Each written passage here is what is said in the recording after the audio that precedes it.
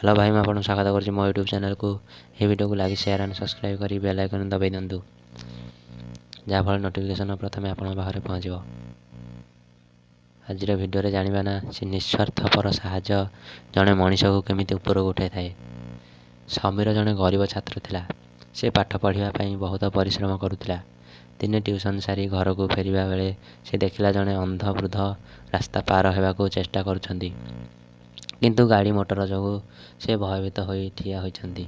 समीर पाखक गला हाथ धरी बहुत जत्नर सह रास्ता पार कराइदेला।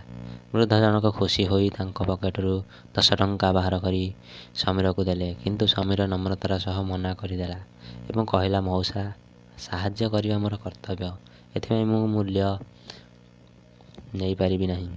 तार किछि दिन पर समीर साइकेल टी खराब हो गला। ता पाखरे साइकेल सारिबा को टंका नथिला। से चिंतार चली चली स्कूल जाउथिला।